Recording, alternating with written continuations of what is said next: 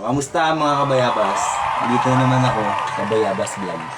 Dun sa mga gusto mag-start ng pag-wirings o pag-DIY sa mga motor.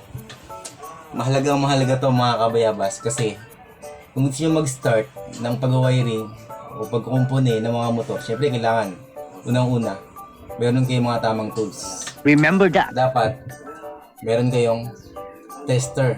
Syempre, pwedeng analog na tester.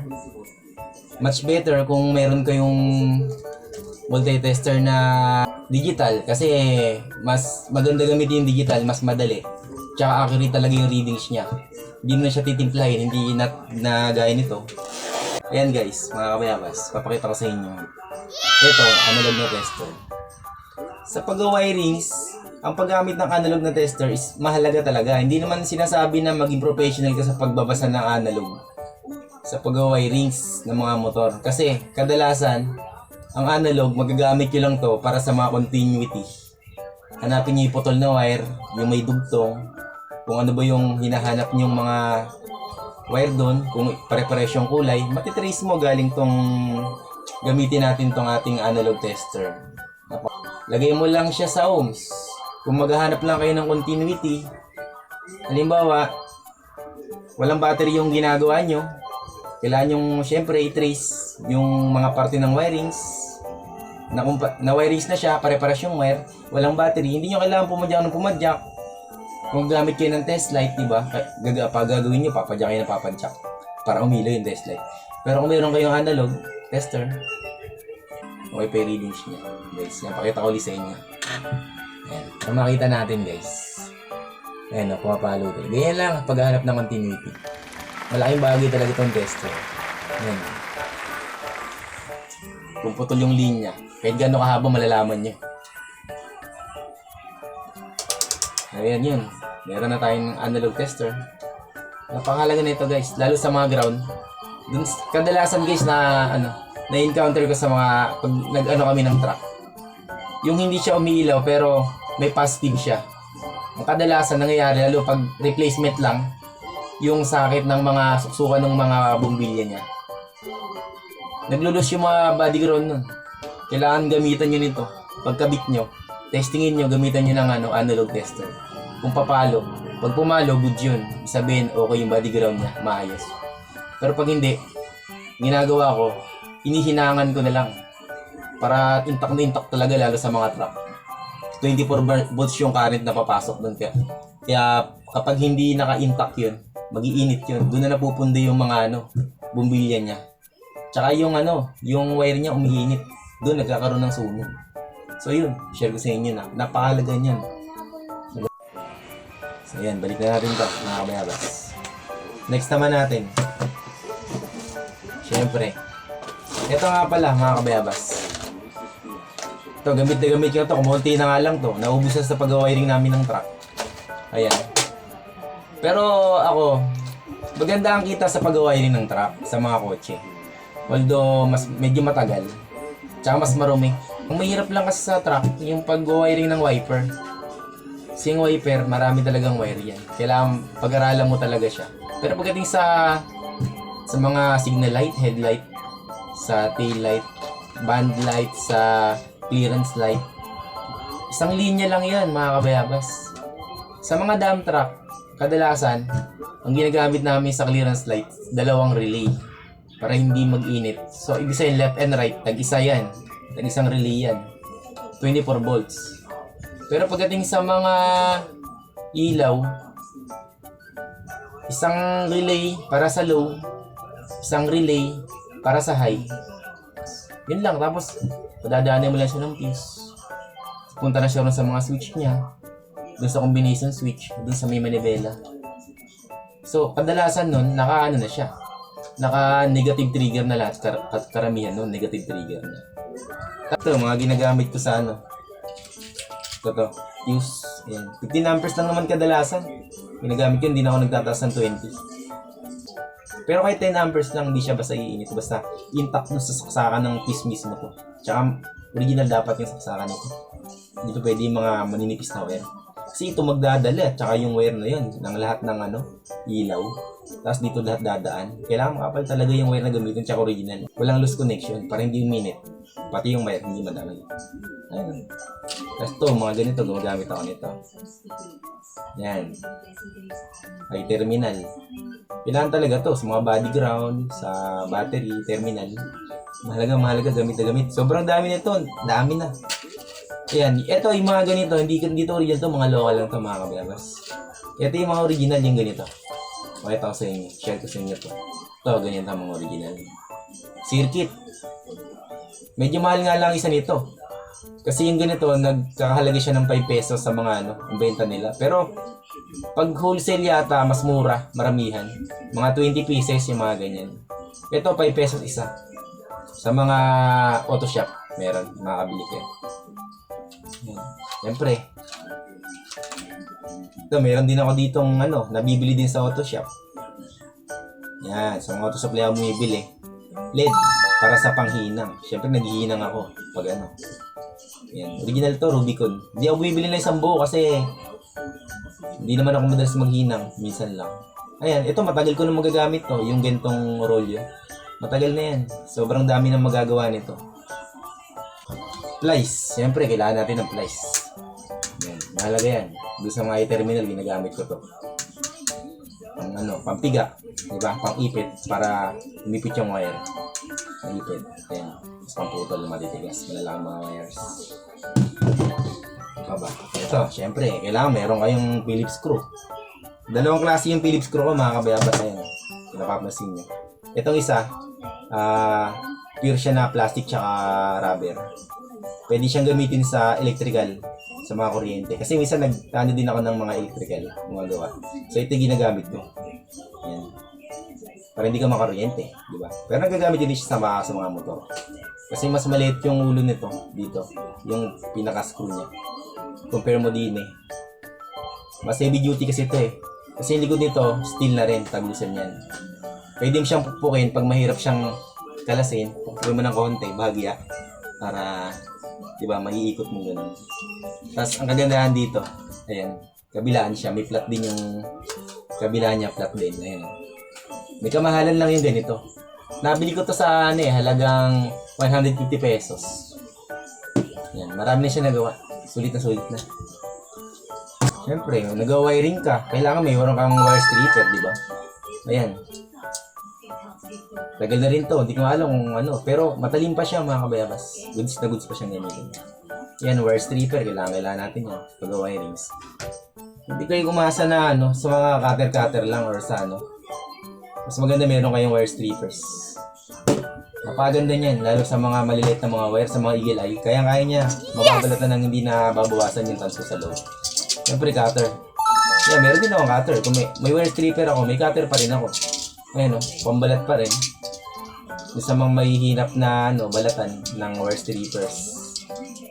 Yung medyo malalaki na talaga. Ito, ginagamit ko cutter. Tsaka dun sa mga babalatan ko ng mga tip para mabilis, kinakater ko na lang. Pero kailangan maingat pag nagkakater ka ng harness, di ba? Para hindi masugat. Ito ginagamit ko. Tapos syempre, tape. Kailangan may tape kayo. Ito ginagamit ko na ito tape. Maganda siya. Ng mga auto supply, wala sila nito kadarasan na binibigay sa atin lang, yung arma makapal. Pero maganda siya sa mga sa mga auto. Pag arma kasi makapal. Ito pero kadalasan kasi ginagamit sa mga motor, magandang klase na ito tape. Medyo manipis talaga siya tsaka flexible talaga. Hindi matigas yung harness pag binulutan mo ng isang buo. Malambot pa rin na i-flex siya. Hindi ko alam Napaganda. Mura lang sa mga online. Nabibili ko to. 20 pesos lang ang isa. Malaki na yung bilog niya. Paper tape. Pang markings. Para sa mga wire, hindi mo na babalik-balikan. Lalo naghahanap ka ng mga linya. Kailangan mo talaga. Hindi ka na babalik-balik. Pag na-markingan mo yan, alam mo na yan. Hindi mo na kailangan i-test pa yan. Isang beses mo lang i-test yan.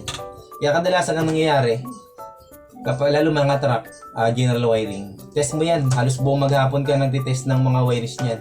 Minamarkingan mo yan. Ganun sa paggagawa ng mga truck. Ganun. Sa mga motor, ganun din naman. Markings mo lang din para mabilis. Kahit putol-putulin mo pa yung wire. Alam mo sa mo ilalagay. Thinkable tube, syempre. Kailangan to. Mas pinapadali nito yung trabaho mo. Meron kayo nito. Sa mga online, may nabibili din ito. Yan. Tumitingin lang kayo sa mga online. Iba-iba rin yung mga sizes nito. May mas malalaki. Kadalasan ginagamit sa mga dugtong to eh. Sa mga maliliit na wires ng LED. Yan. LED driving light. Lalagyan ko muna nito bago ko siya i-tape para hindi nagagalaw yung wire. Hindi siya parang puputol na gano'n katagal.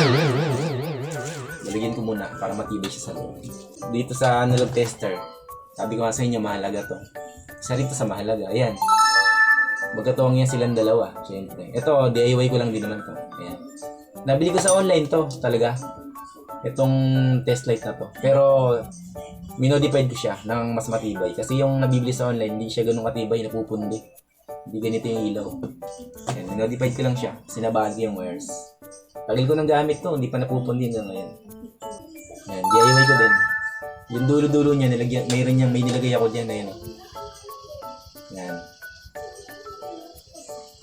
Para sipit ng inchik. Para din ko siya sinusundot sa mga bawat sakit niya. Ganito guys. Pakita ko sa inyo.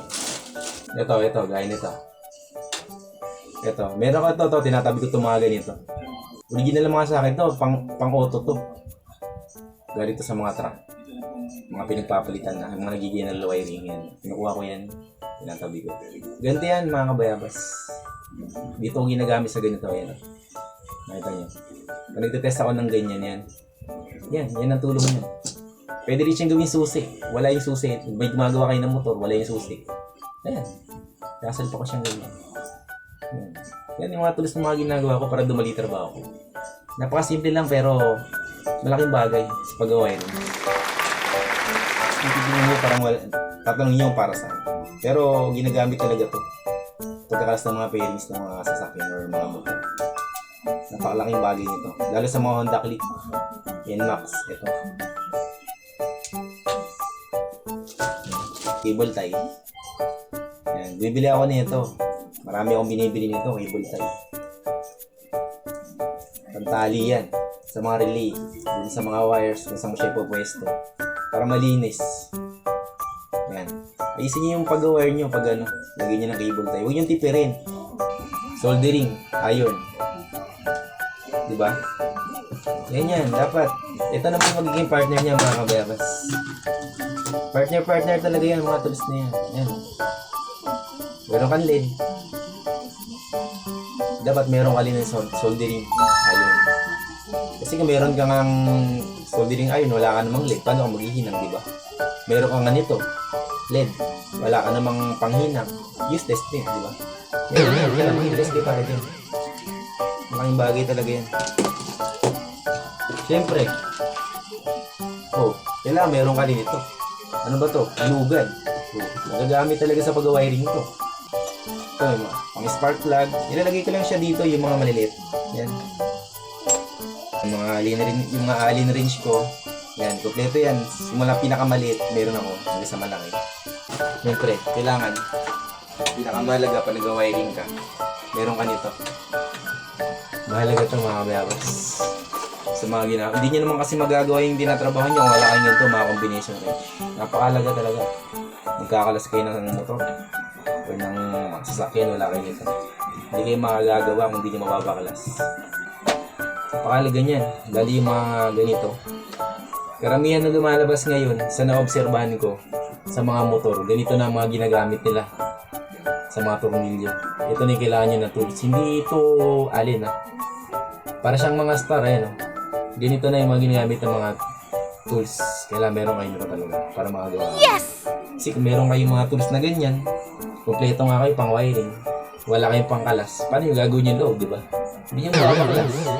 Tools kayo. Kaya kompleto lahat yan. Set talaga yan mga kabayabas. Nakaset yan. Yan, makabansin nyo. Set talaga. Hindi yung problema yan.